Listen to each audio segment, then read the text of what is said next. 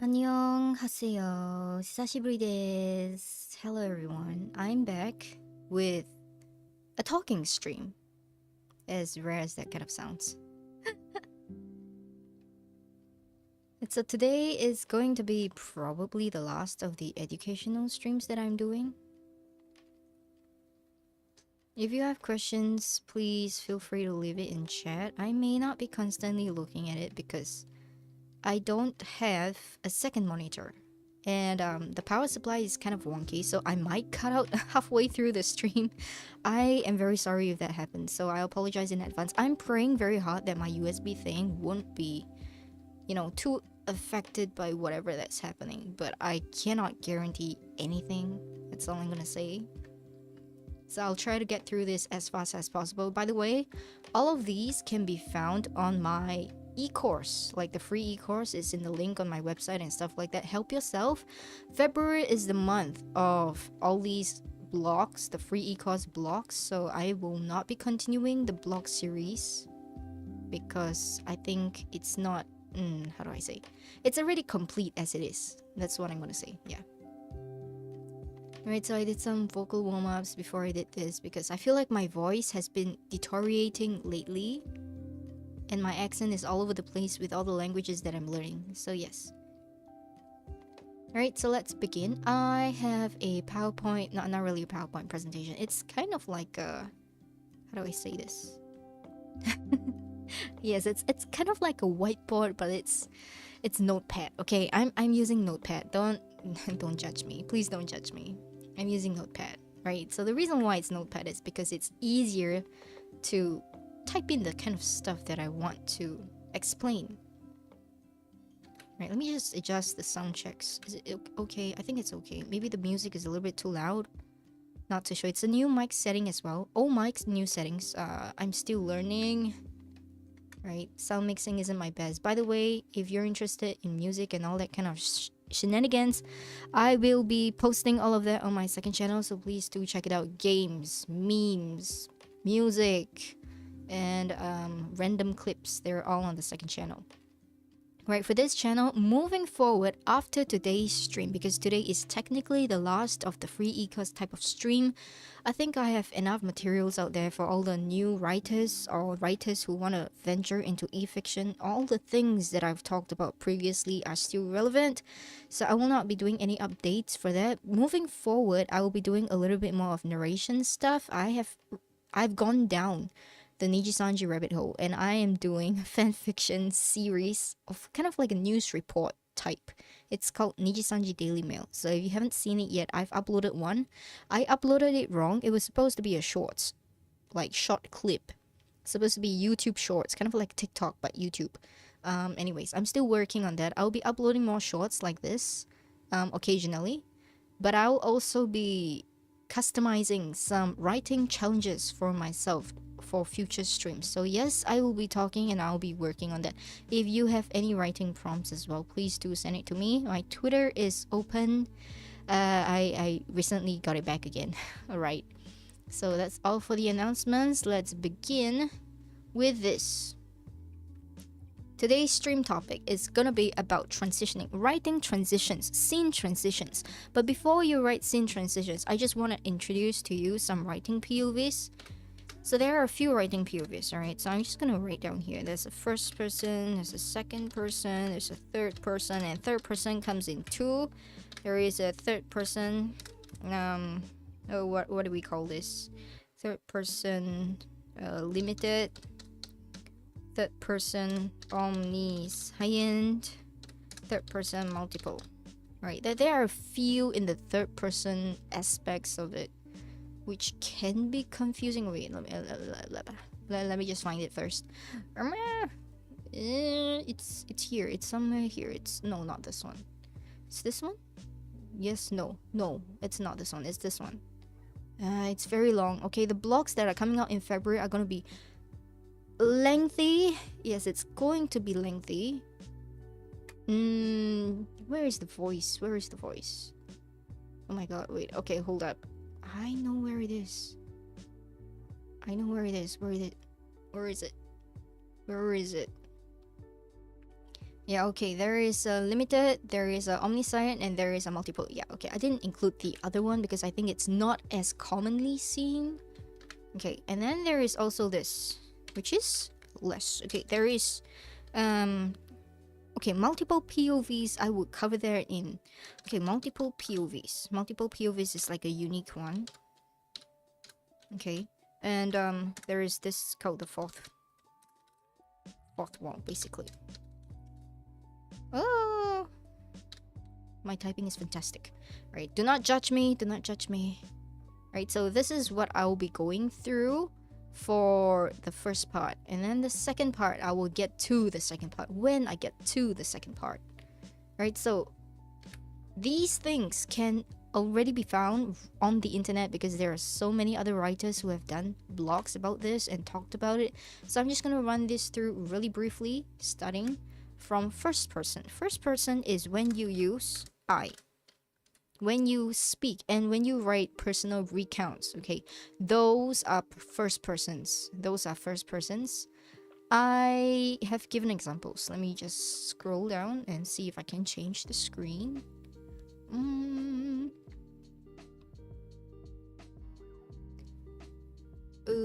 Okay, yes, this one. I think Sanskar writes in first person as well. Where is a first person? Sanskar writes it in. Okay, let me just switch this real quick. This feels like Zoom classes all over again. Okay, the screen is kind of freaked out, but okay, don't mind. So it's by this person, Hyuhua. Okay, so I did give like an example. So maybe we just go to like the first chapter. Oh my god, this is tiny. Right. So I guess you guys can see it now. Okay. So it starts with an I. This is first person. I hated the smell of gunpowder. So when you are in the first person voice, you write in a first person voice, please do not observe yourself if there is no mirror. You cannot say things like I paled. You can write things like he or she paled to show that they were shocked, but you can't say I paled because you can't see your own face when you pale. So that is one of the limitations that I will be talking about when it comes to first person. As for second person, okay, let me just hide it for now. It's very messy. Right, second person. Second person, okay, there are no second person examples. Mainly because it's used in the you form. Wait, let me just go back to my... Okay, there we go. Okay, so it's a you. Second person is a you. You walked to the wall. You touched the screen. You felt that it was wet. That is second person. It is not really used in novel writing, especially in web novel, because it's more like a game book type of thing, whereby you read a situation of the author telling you that you're the main character, and then you have to make a decision, and then you choose an option, and then you flip it to like the page 36 for a yes and page 47 for a no, and then you try to find a good ending in the book. That kind of game book in the 90s, yeah, those are the ones that use second person view, which is not very common. So it's more common in game writing, but not very common in novel writing. You definitely can, but it's going to be special and unique, which I will not cover because web novels technically they don't really use second perspective, second POV, so I'm not gonna go into that. But what most web novelists will choose is the third POV. You definitely can do it in the first, you definitely can do it in the third, or you don't really do it in the fourth, but the fourth can come in between of the first and the second and the third. The fourth is like a special case. All right, let's just say that. Right, in third, there are three kinds of third POVs, namely limited, whereby you follow in a neutral voice, but you follow mainly the main character's thoughts, and you only speak from the main character's thoughts. A very good example of limited third POV is Harry Potter. If you read Harry Potter, that is a limited third POV because they only follow they only follow Harry's thoughts.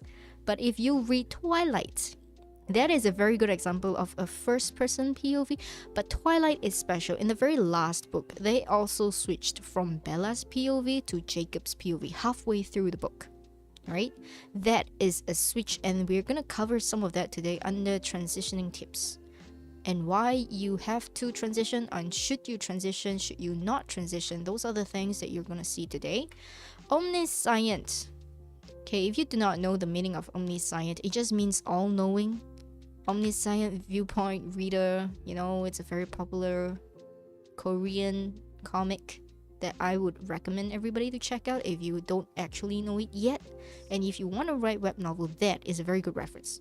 Right? Omniscient just means you're speaking as a godly narrator who knows everything that's going to happen. You can use this voice for foreshadowing in a very unique manner. It is good for world building as well. If you need to have a lot of world building in your world, a very good example is Lord of the Rings. Lord of the Rings have a little bit more of an omniscient third POV, so you can reference to that, and I would highly recommend that you use an omniscient POV if you are someone who wants to make a very complex plot or complex world setting whereby you have to constantly shift from one perspective to another perspective and explain to readers as well. But beware, if you use an omniscient third POV, there is a lot of tendency to info dump on your readers. Don't do that. Right? Info dumping is a rookie mistake that every writer goes through, including myself. Right? And then the third POV is multiple third POV. So when I say multiple, it means one moment you have a he said, and the other moment you have she said, and then the next moment you have a they, and then after that you have a world building, but all in the same chapter. That is a multiple.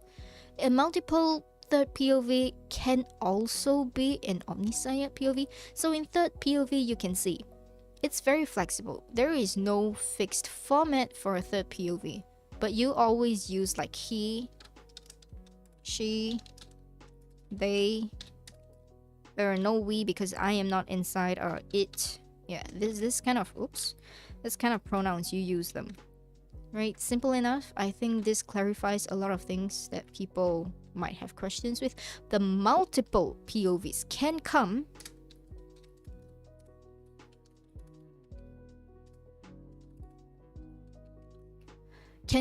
with first, second, or third POVs, but multiple means that you're talking from more than one character's point of view, including the author's voice. The author's voice is also a POV, just so you know. Right, including the author's voice.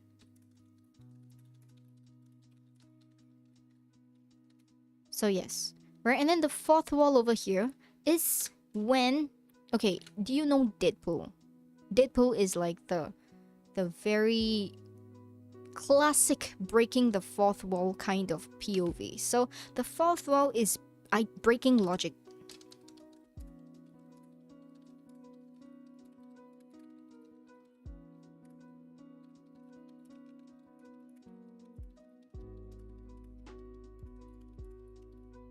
Right, so it is aware that it is in a movie, it is aware that it is like just a character, it is aware that it has plot armor, and these are the things that really just it's not supposed to happen, but then it happens still. Like, yeah, if you watch anime, there are certain circumstances of using this fourth wall. It's mostly used in comedy. But be careful that not everybody enjoys, not all readers enjoys the fourth wall logic. Some people will feel like, oh my god, this is a cheap trick that the author is using. So it's really about pros and cons. The fourth wall is a POV that is kind of risky. So if you're the kind of writer who gives zero fucks about what your readers think, then yeah, go ahead, have fun. Okay, fourth wall is about fun. It's all about fun. It's the element of fun and surprise, because you don't usually see it coming. So unless it's the theme of the book, then yes, the fourth wall can come rather randomly, and you will get mixed reactions. That's all I can say. You will get mixed reactions from your readers who are not expecting this. Right? So that's the fourth wall perspective. So now that I have introduced all of this perspective, do I have questions first before I move on to the next one? Explaining the elements. Right, I'm gonna give it a moment because my stream is kind of lagging. My stream is always lagging. It's about 20 seconds lag, if I remember correctly. Okay, any questions, just type it in the chat. Otherwise, I'll be moving on. Okay, let me just take a look at this.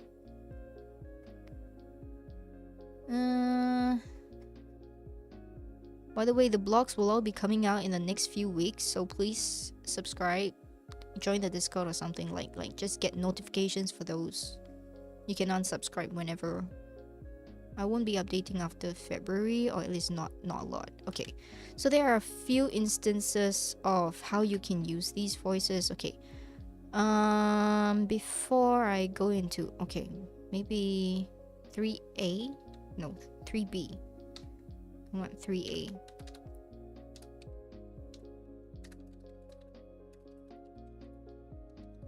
Okay, when to transition. I need to split that out because it's kind of important. Alright, elements of writing POVs. Okay, there are two parts to this as well. Okay, first part. Let me just... Part A? Part A?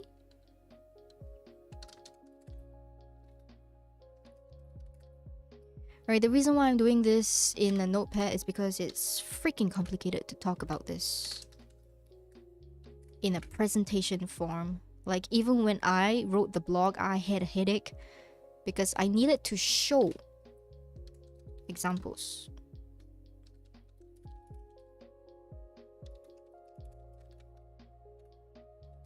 Okay, there is this.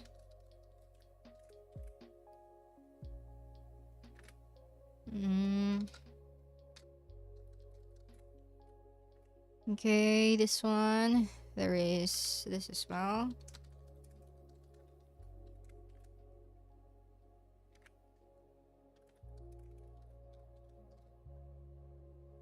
Okay, this is the part 1 of the writing POV elements to help you decide which one to choose. Okay, part 1 is...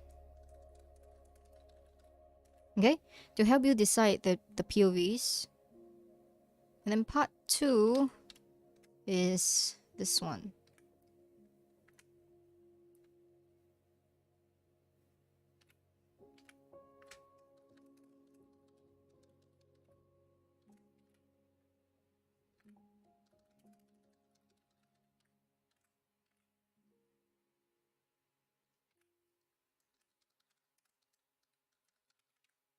If I make any typos, please just point it out, okay?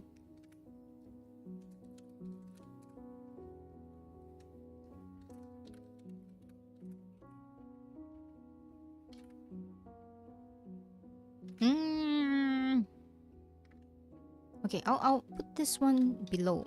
I'll put this one below on transitioning tips. When to transition. Okay, I'll put this one below. Right, so there's part 1 and part 2. I'll put this one here. Okay, right? So before any of you get like overwhelmed completely, I will explain.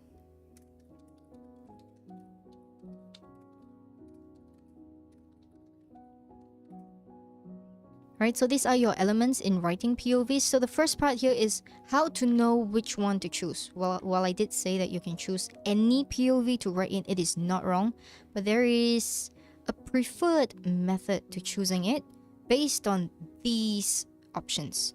Okay, part 2 of it is going to be into what you can do and what you can't do in your selected POVs, whether or not you should be moving that POV out to switch it to a different POV halfway through, or should you be sticking through it like throughout the entire book. How should you do it? So when you first start a book, I always say in like all the other streams as well, have the end in mind, because if you don't have the end in mind, you don't have to plan every single arc out. You don't have to know every single character that's gonna exist. You don't have to know your entire world building settings and everything, but you must have the idea of how it's gonna end, so that you know how many people or how many characters are in there that is going to play a huge part in your story. That alone is going to fall under here, and it's going to affect what you choose to avoid future pains. That's all I can say, right? So the genre, okay, the genre is important because first person and third person differs. First person is more immersive. It's deeply immersive when you can feel what the character feels, you can taste what the character tastes, you can understand the character's thought process on a very brain cell level. What they have is what you get. That is the first person POV, alright? And usually this kind of POVs, first persons, are good for romance because there's a lot of drama, there's a lot of gossip, there's a lot of, oh my god, what if he doesn't like me? You know, those kind of moments. Yeah, but it's not very engaging if you write in a third person. You can write in a third person, but compared to he gave her a warm hug, to with he wrapped his arms around me and I felt like a teddy bear in like cotton candy or something like that. Okay, it's very different. It allows you more drama. So this genre thing, okay, rule of thumb, if you want something more immersive, it doesn't have to be romance. If you want something more immersive, to be the character. If you want your readers to share the experience, to be the character, the main character, go for first POV. That is my advice. If you are okay with not letting your readers become the main character and you just want them to be by the main character's side, go through the journey with you and just watch, like watching a movie, that is going to be a third POV. Questions so far about genre choice when it comes to selecting your POVs? Anyone? Oh, happy to see you here. Thank you for joining. Xin Yan. Si Yan. Oh, I mean, there are different ways people do things. It's not wrong to never know what the end of the story is, but not knowing the end of your story gives a higher tendency for you to drop the book out of frustration when you write halfway and then you get busy with life and then you come back and you're like, what the hell was I writing? And then you're like, you know what? I don't have to complete this shit. I'm not getting paid anyway. I'm just gonna drop this. Alright, and then the people who actually do struggle and complete the book without an ending in mind, they're gonna have a lot of plot holes. Or you would see that halfway through, after the hiatus, when the author comes back and the book is completely different, they'll be like, oh my god, what happened to this author? Like, they suddenly took a depressive turn in life. That is what can happen. So it's not wrong to not know the end of the story. Some writers are like this, and I would say, yeah, a lot of starting out writers are like this. If it's a short work, it's fine. But if it's gonna be a 600 chapter kind of work, you should probably have an ending in mind. Like, even the basics, like, is it gonna be a happy ending? Is it gonna be a sad ending? Are they gonna get together in the end, or are they gonna die in the end? Yeah, you just start from there. It doesn't have to be fully fleshed out, but at least you have to know the direction that you're going. And if it changes in the end, after you write it halfway, like, oh my god, it's impossible for them to be together, to be happy right now, then it's okay. But at least you know you were working towards something.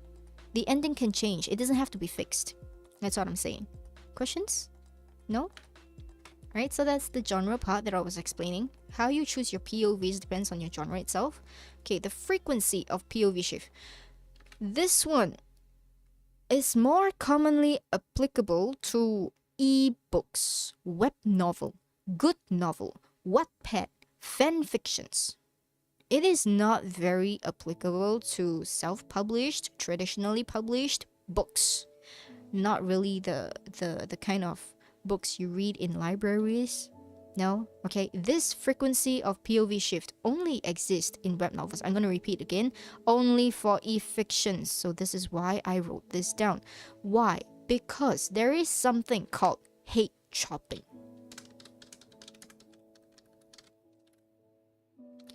Okay, traditionally we will look down on this, we will frown upon this, but you know, it's become so easy nowadays that people engage in this, what we call lazy writing. When you don't fully explain a scene, when you don't fully transition things smoothly, you just jump from one person's head to another person's head to move the plot along. Because web novel has a very fast-paced culture, this tends to happen. So how frequently are you going to be chopping hits from character to character? Is it going to be easy for your readers to follow? Or if it's not going to be easy, then you probably should not stick to a first person. You should probably stick to a third person omniscient view. But if there is only one character, and that is your main character. If it's an adventure type of book, whereby he doesn't really form any deep relationships with anybody, he just goes on an adventure, do his own stuff, and like be his own person, then it's fine, you can use a first person. But if not, if it's gonna be like a team of people, if it's like a school kind of like student council romance where every single person in the student council is a character of importance, like if your weightage of your narration is gonna be like a 20%, 30%, 10%, 10%, 10% kind of thing, that requires a lot of head chopping. Go for a third person. If it doesn't, and you only have like one character who is like a 90% and 10% for like all the side character interactions, it's fine to not really go for a third person. You can go for a third person limited, or even go for a first person if you're feeling up to it. Got it? So far so good. I think this is quite straightforward. It's about the weightage. It's about how much you need to change. It's about who you're talking about, right? Next, over here, character personality. Okay, so the blog is not released yet, but I can read it out for you. I have given 2 examples. So the first example is a personality of a timid damsel in distress. If you write this in a first person POV versus you write this in a third person POV. Alright, and then I gave a different personality, and then you can like see it for yourself. Okay, never mind. You know what? I'm gonna try and like shift this out so that you guys can see it for yourself. It's kind of screwed up though. The screen is kind of screwed up. Is it too small? Can you guys see? Is it too small? I can't tell. Is it too small? Okay, I'm just gonna read. Okay, practice my narration. First person POV of a timid damsel in distress. No, don't come any closer. I covered my mouth with my trembling hand. He was so close that I could smell his sweat from under the bed. Wait, no, that's the smell of my sweat. Please don't make a sound. Please don't make a sound. If it's over, if it's here, miss. With how soft my legs have become, there's no way I can run if he drags me out of here. Somebody, anybody, can someone please get me out of here? So yeah, this is a first person POV of someone who is like, you know. But if you were to write this in a third person POV, it's gonna sound a little bit like this. It's not exactly the same, but you make your decision. Which one sounds better? Okay, leave it in chat or in the comment section if you're watching the VOD. Let me know which one sounds better for the timid damsel in distress. Alright? Second, the second type in the third person now. Footsteps echoed in the bedroom. There was not a stir in the air as the murderer entered. Ellie remained under her bed and held back tears. She even held her breath and covered her mouth with one hand, too afraid to exist. The man was flipping things in her room in search of her, and every clattering sound made her tremble more. Her legs had long ceased to function, turning into noodles from the fear as he got even closer to her bed. If he found her and dragged her out from underneath her last line of defense, it would be over. Screwing her eyes shut in a silent scream for salvation, Ellie prayed. So yes, this is what it's like if it's gonna be in third POV. Can you see the narration over there?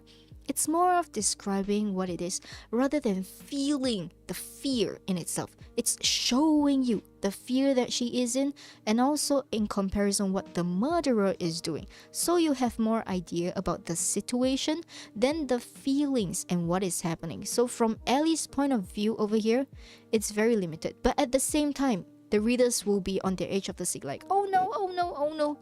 Over here in the third POV, on the other hand, the readers are like, okay, he's getting nearer, okay. They're like sitting and watching with popcorn, you know? They're still munching on the popcorn. But in the first POV, they've forgotten about the popcorn. They're like, oh my god, and they're clutching on the edges of their seats. Is this clear enough? There is a second example, but I won't go into that. You can watch it, like you can read it by yourself with the blocks. Question so far. I hate not having a second screen. Right, so this is like the major difference. How your writing POV voice actually affects how you portray your character's personality and present them to your readers. Right? So this is just it. Nothing too difficult. There is no right and there is no wrong. Okay, question from Xian. Does it matter if the character has to have a personality, which will be a characteristic?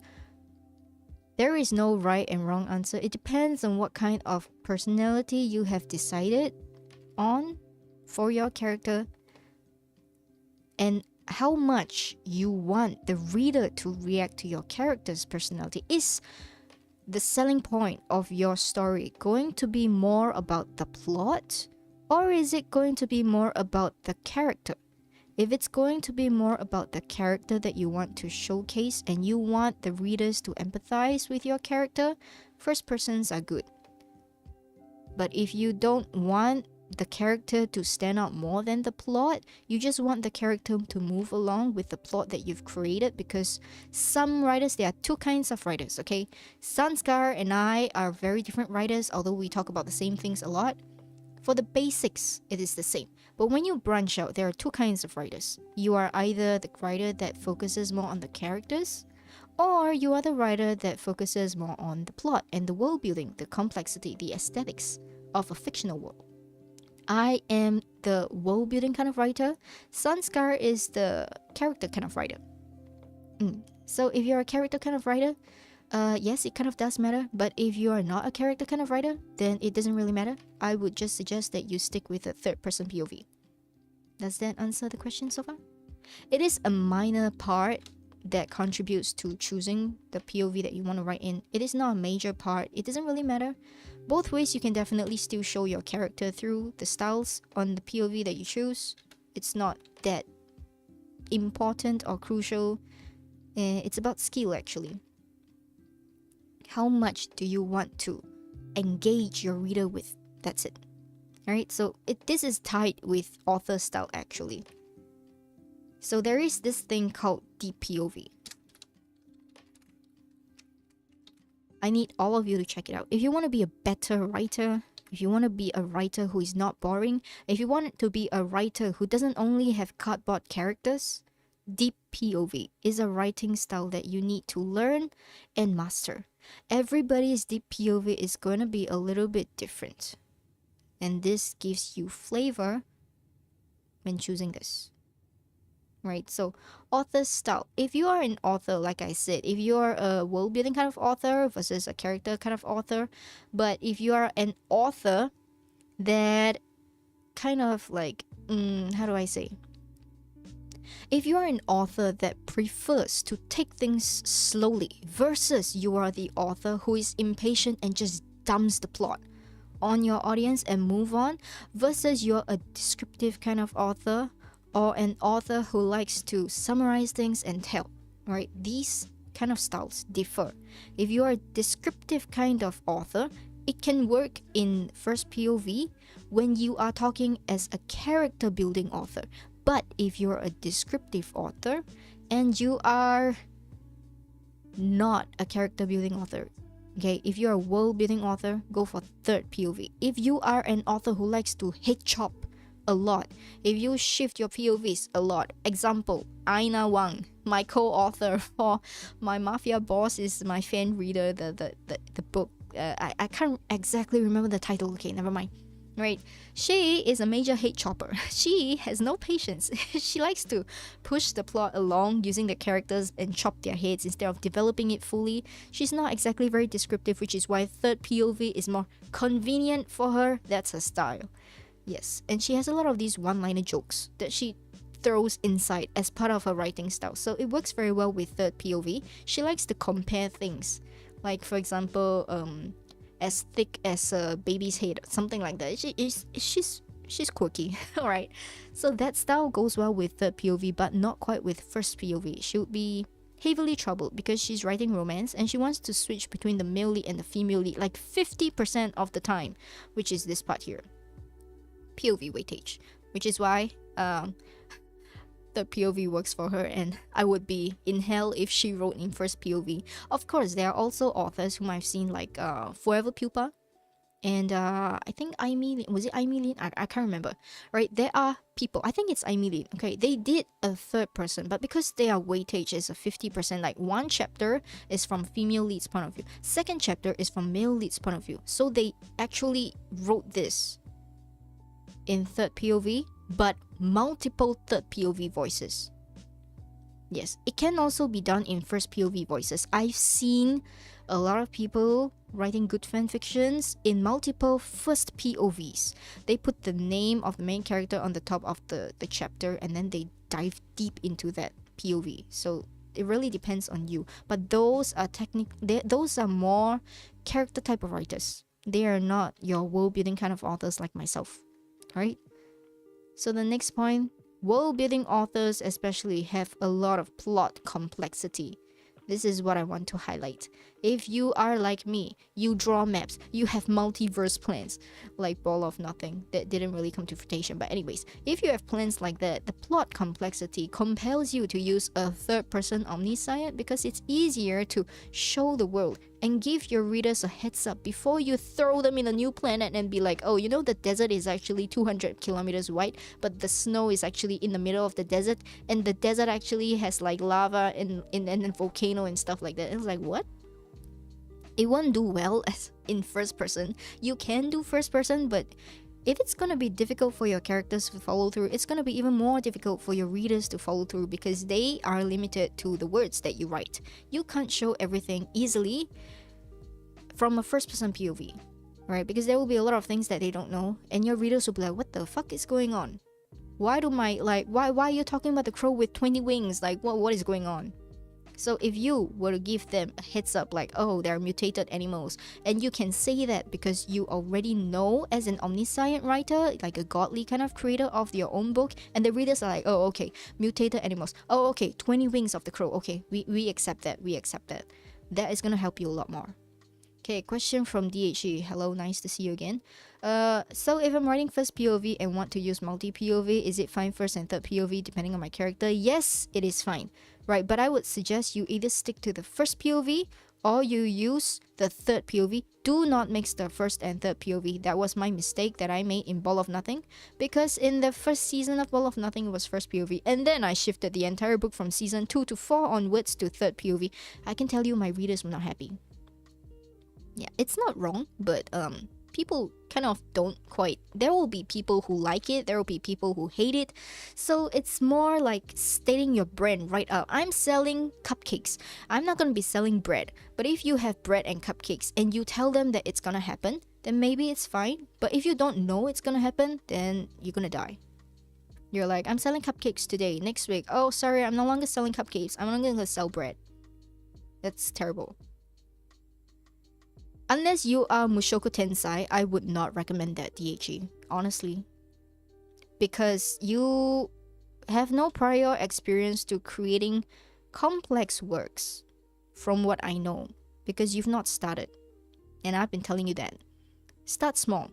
Don't try to eat like an entire elephant when your stomach can only hold like a hamster, you know?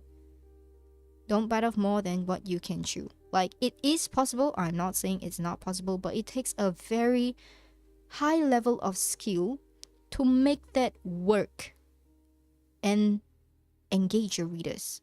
You're not just writing for yourself. If you're just writing for yourself, that's fine. But if you're writing for an audience who have even lesser brain cells than the average writer, that's not going to turn out very well. Make it easy. The reason why we're doing this elements of writing POVs and what to choose is because it's not for you. It's for you to decide how to bring the idea across to your readers more easily. That's what it is. Questions? Feel free to disagree, but my point stands. If it's not easy for them and it's not easy for you, it's not going to work out very well. Alright, so this is the part 1 of it, which to choose. All these play a part into whether or not you should be choosing first, second, third, or even including the fourth wall. But there are no hard and fast rules. It's preference. It's preference with logic in here. It has to be the key point here, okay? The key point here.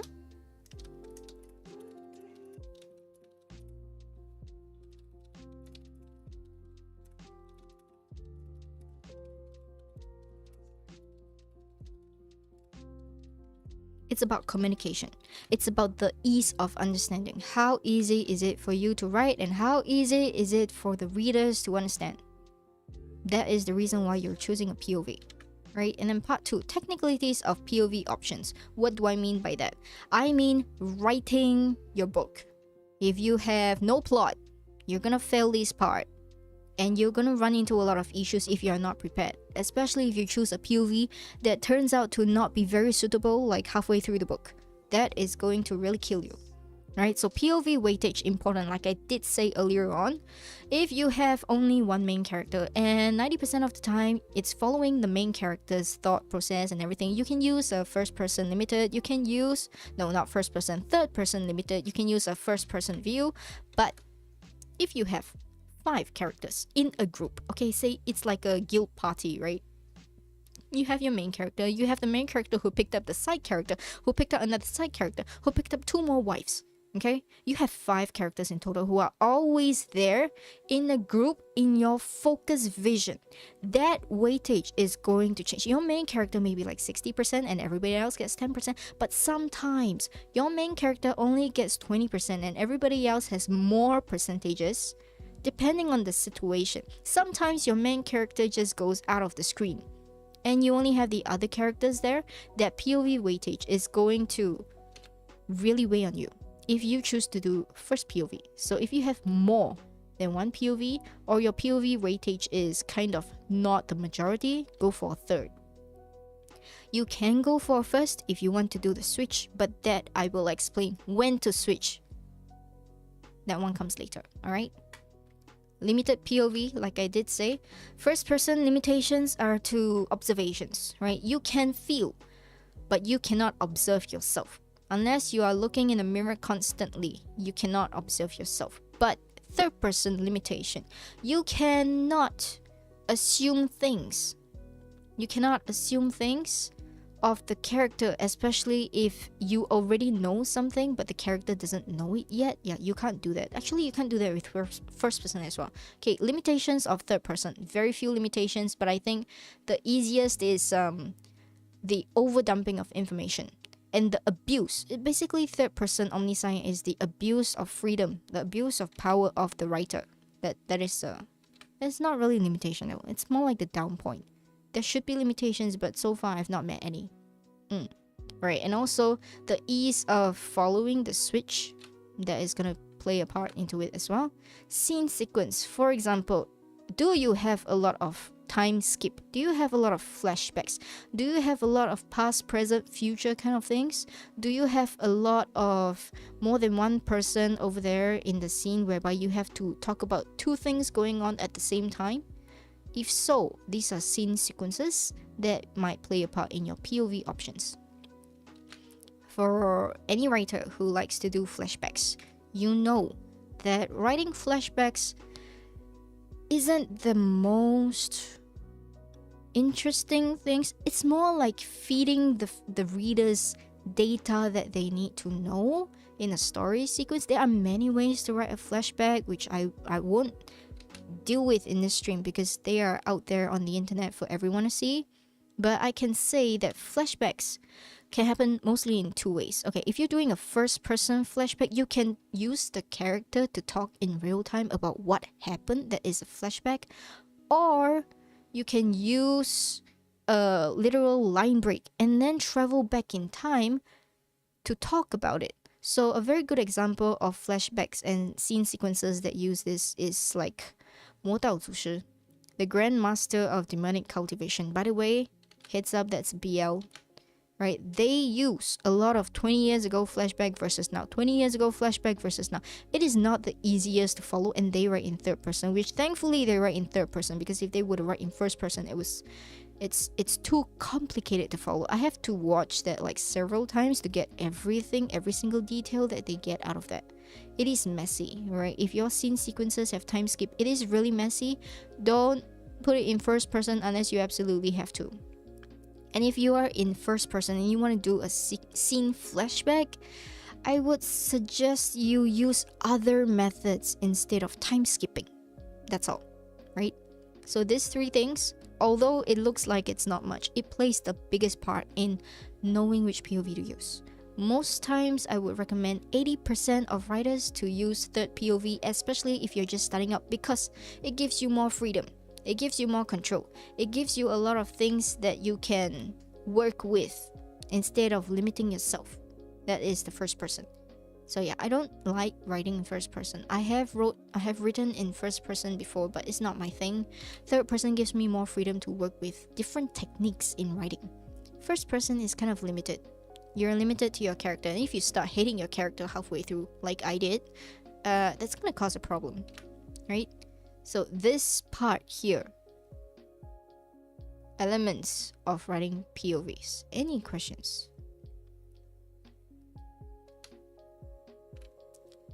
If no questions, I'm gonna move to this part here. I'm trying to speed run this today. Okay, so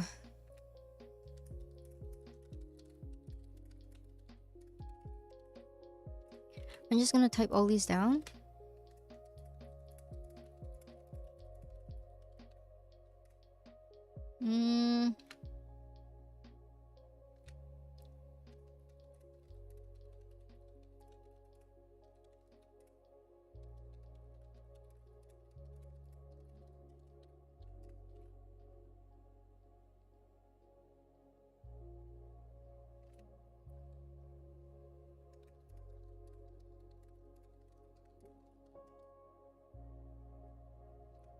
Okay, so these are the 4 questions that I think you want to ask. Oh my god. I think you want to ask yourself when you are going to transition. When I say transition, I don't mean like switch from Ellie's point of view to Roy's point of view. No, no, no, no, no. Okay, it can be in a neutral voice, but at the same time, it's the focus that changes. Remember when I said, if you have a party of 5 people and suddenly your main character just leaves the scene for a little bit, but the girls are gossiping about, oh my god, what do you like about him? Okay, if that is the case, then that is considered a transition. Where is your camera? I always like to think of writing as filming a movie. If you are shooting a movie, what is your focus? Who is the main actor? Where is your shots viewed at?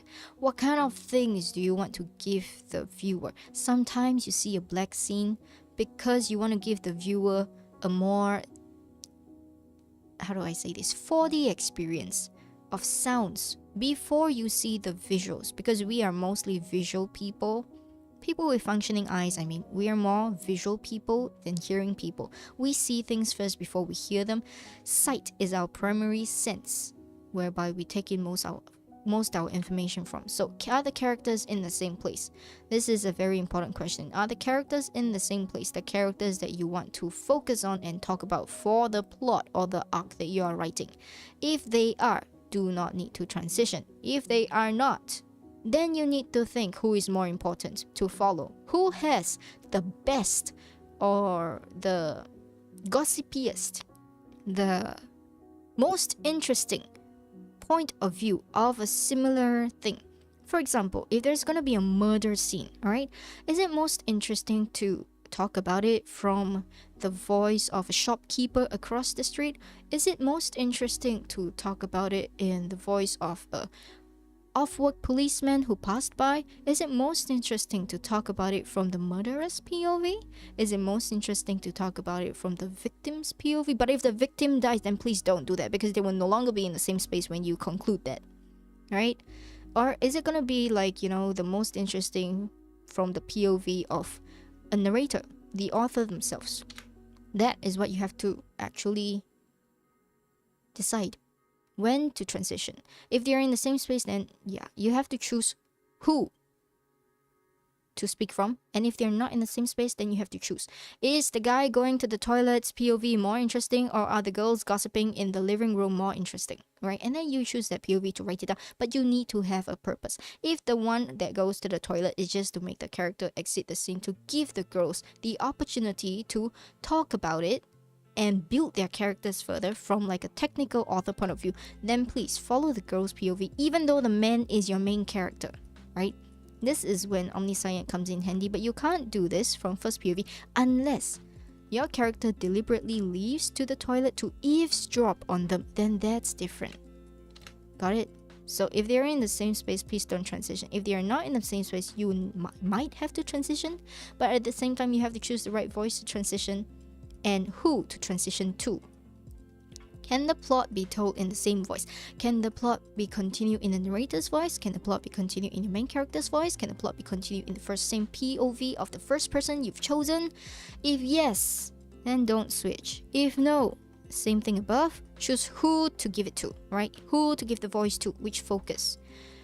Third question. Have you exhausted all writing techniques to move the plot? If you have a plot that requires switching, have you exhausted all the writing techniques that you know, including of flashbacks, including of dialogue, including of shifting the focal point of view and stuff like that to move this plot? If you have, then switch. If you have not, and there is a way to go about doing this, for example, instead of having the guy just leave to the toilet and the girls just talk, you can have the guy leave a little bit but then hide and eavesdrop. If you can do that, do that. If you can't do that, then switch to the girls. That's what I mean, right? And then the last question, do you need to switch back? How long is this transition going to be for?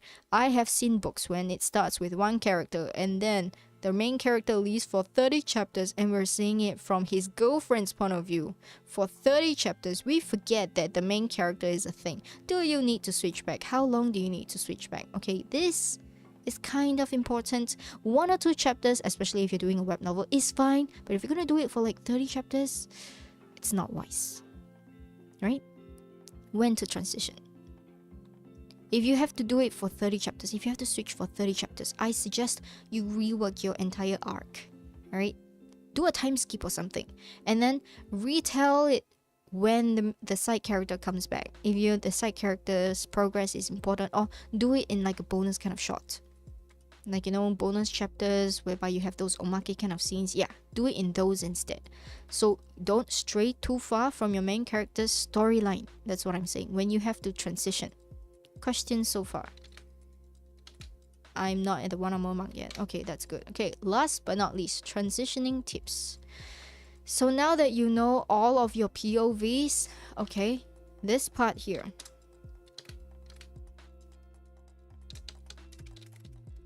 It's gonna sound a little bit like shooting a movie, but I swear it's not. It's similar, but it's not.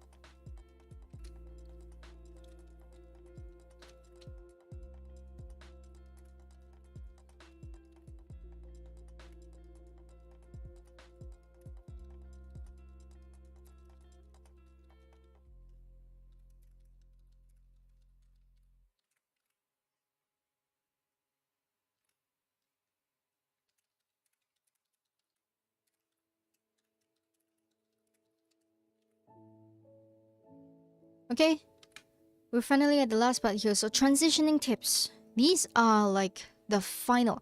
I think of all the writing things that I've talked about for beginners in web novels, this by far is going to be the most difficult because it is a hybrid between traditional publishing and e-fiction. E-fiction doesn't have rules on transitioning. You can do poor transitioning and still be a popular writer and still sell a lot of copies and have a lot of readers unlocking your chapters. You can still earn I don't know, you can earn like $3,000 a month and stuff like that, and you can write well and still not do anything.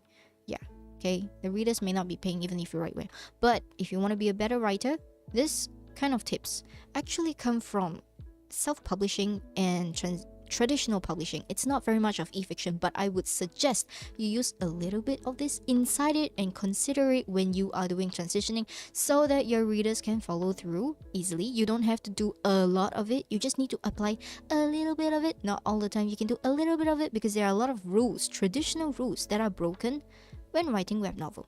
So the first one over here, pan and zoom. In case you do not know what a camera looks like, a pan is to shift the camera from left to right so that it sees more things because your wide angle camera is not 360, right? So you have to pan it to show a new room, right? And the zoom is to focus, whether it's a long shot or like a landscape scenery, or it's gonna be a portrait whereby you're doing a selfie. All right, the zoom is different. So pan and zoom. In transitioning, it's the same. Think of it as shooting a movie. All right, when you have a scene, is it easier for you to go from outside to inside? Is it easier for you to look at the main character walking in the street and then entering her door, and after entering the door you have a transition to her going to her main living room from the front where she puts her shoes and then she takes out her whatever keys in her bags and everything, and then her husband calls her? Is it easier to do it that way, or is it easier for you to be like, okay, I'm just going to look at the woman come in the door, zoom in on the doorknob turning, and then after that follow her from behind, and then see from the side of her from the side of the camera view that her husband comes in, and then ask her like if she's eaten dinner? You can't even see a face. So which one suits the scene best? Are you shooting a horror movie? Or are you gonna shoot like a regular slice of life kind of movie? It's the same thing. When you're doing this, when you're writing, think about it. Pen and zoom, right? That's transitioning tips. So normally I would approach from a wide angle and then zoom in. And then if I don't really need the zoom, which is the focal point, I'm just going to move the plot along, and world building, I'm going to zoom out. This is a very world building kind of style. But if it's a character kind of style, writer would be following the character's eyes. So you would be the eyes of the character itself. So you would normally zoom before you pen. It's the opposite. So it depends, right? So angles, like I said earlier, are you going to shoot it from the front? Are you going to shoot it from the back? Are you going to shoot it from the side? Do you want to have two people side by side, or do you want to have one person in front and one person behind? Are you going to be shooting between these two people and switching views, or are you going to be just, having everybody do everything at the same time? That is angles. Knowing this helps you to decide when you should transition, how you should transition, whether you should shift, and how to shift. For example, right, this one is harder to do it without examples, so I have to show. Okay, a lot of people like to do line breaks. Do not do line breaks, right? Don't do line breaks. A terrible example of it is this. Where is it? Not here. Where is it? Hold up. Okay, here. Let me just switch this for a while. Alright, this is commonly known as hate chopping, so a bad switch is this. You can see person A says this, person B says this, person A says this, person C says this, person A does this and says this. This is called hate chopping. It moves the plot along, but it's not very smooth in that sense. Because you only get to... Okay, imagine this. You're playing an FPS and you're looking left to right to left to right to left to right at a high speed. It's gonna make me puke. It's gonna make the readers puke. It's gonna be like, oh my god, it's a ping and a pong and a ping and a pong and a ping and a pong. Alright, give it some time, slow the pen, slow the zoom. Alright, remember, if you do not have to zoom in, don't zoom in. Zooming in is only used for details that are important. So, a rewrite of this, right? Same thing, but here, the first one is a zoom out, a large overview, right? And then, what flavor did you get? So, he asked as another person walks over, so it's following Mike's POV over here. There is no zoom. It's still following Mike's POV, but there's a pen. It's like a center shot, and then there is a moving to the left, and then Ben walks in from the left, and then there is a zoom in on the thing that Ben has in his hands, because this is the kind of detail that we want to see. And then from here, we zoom out to see Ben himself talking. And then after that, we have a zoom out as Ben joins Mike together on the bench or whatever not. And then we have their reactions at the same time. We see what both people are doing. This is the pen and zoom and angle technique that I'm talking about that you use in your transitions. Questions so far? Let me just switch back. Right, so these are the two important parts of this. Pen, zoom, and angles. This is how you do a smooth transition. And a transition that doesn't chop heads. Not as much, at least. Right? So, no questions so far. I'll move on to the next part, which is foreshadowing, patience, pacing, data dumping, show and tell, the POV. These four come together as another part. Alright? So, foreshadowing is the art of, like we call it, breadcrumbing. I think I talked about it in the previous stream as well. Right? It's kind of like breadcrumbing. It's not telling the person explicitly what's going to happen, but kind of like hinting at something. Like giving them a clue about a puzzle that's going to happen in the future. One Piece is very good at foreshadowing. It doesn't have to be really obvious. It can be a very casual statement, but it can be a big thing. That readers are like, oh my god, is this going to be a future bomb? Do I sense something coming up over here? Is he a red flag? Yeah, okay. These kind of things come together with patience and pacing. Right? Why do I say this? Because I have seen and worked with authors who do the hate chopping that I said earlier. Person A says this, person B says this, person A says this. But they don't really have the time to build things up. So when the Big Bang comes along, it's so fast that people are like, huh? There was an explosion? What? I was going at 300 miles per hour on an aeroplane. Like, I have no idea what happened. There was an explosion beneath us? Really? I was sleeping. That is not very good. But if you were to slow down, you're like listening to the country music peacefully in your truck, and then you drive by and suddenly from your right, concrete and debris like explode and then cloud your vision, and then your car rattles, and then the country music kind of like cracks and everything, and then your car flips like 360 degrees. That is what you get. Like the reader's like, oh my god, where did that come from? Yeah. So you have to give time to let it sink in. It's patience, it's pacing, and it's foreshadowing, you know? Right? You gotta set things up, like going on a date. And then data dumping. Show versus tell versus deep POV. Data dumping usually happens when you're in third POV and you have too many things and you're like, okay, you know what? I'm just gonna tell you everything I know because I don't have patience to tell you bit by bit. I don't want to hold on onto this information. I just want you to know right now before we get into the exciting part. Please don't do that. It may be easy for you as a writer, but for the reader, they're like, what the fuck? I don't want to know all this right now. Like, it's too much. Okay, don't do that. You're gonna kill their interest. You're gonna kill yourself. You're gonna kill your book. Don't data dump. You can tell, but only for things that are not of crucial importance. If it is important, if your world building data is important, if you want to tell them that the snow is yellow, you can do that. But only if you are moving to a snowy biome. If you have things like, for example, the snow is yellow, the moon, there are 5 moons in the sky, the stars actually rotate, and the lights are underground. Okay, don't tell them all these things all at once. Move the character along and show when it is applicable. Don't just tell. Show as well. World building can be done with showing as well. So can a lot of things. Show more than tell. Right? Don't data dump. The last one, deep POV. If you data dump and you don't show as much as you tell, your transitioning is going to be ruined. Because why? You are unable to bring the reader across smoothly. It's like crossing a bridge with so many holes inside. Transitioning is like a bridge. You need to go slow, steady, safe. Alright? The 3S. Slow, steady, safe. Transition, slow, steady, and safe.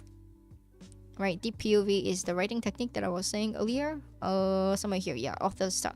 So go check this out. This is kind of interesting and kind of, I think I did it as well. One of the blogs. I can't remember which one, but yes, it's there.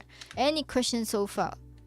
We are at the end of my very complex, smoother transitions and voice scenes thing for the, yeah, anyways. Right, so moving forward, I will no longer be doing all these educational kind of streams because firstly, I've completed everything that I wanted to cover in the last 2 years. Writing the e-course for everyone, the free e-course, the blogs, the everything. Your resources are all there. So unless there is something new that changes within this industry, I will not be covering this. Secondly, I don't have a lot of time. I have 9 freaking novels. I have to edit 9 freaking novels that I've written over the past 3 years, 2-3 years. I am going to die. I am in my personal hell right now, stewing in it. So yeah, I don't have the time to create so much content like this anymore. And also because a lot of other people have already done those things. So I'm only doing the things that nobody has done to save the effort. So do yourself a favor. Once you mastered everything in the free e-course that I made, go and search for other writers' materials online. They're all there. Writing is a journey that never ends, so you should never stop learning, including myself. I never stop learning, okay? Go and be a better writer than me. That's all for today. If there are no questions, I'm Go. Thank you for joining. This is Destiny ITG. Bye-bye.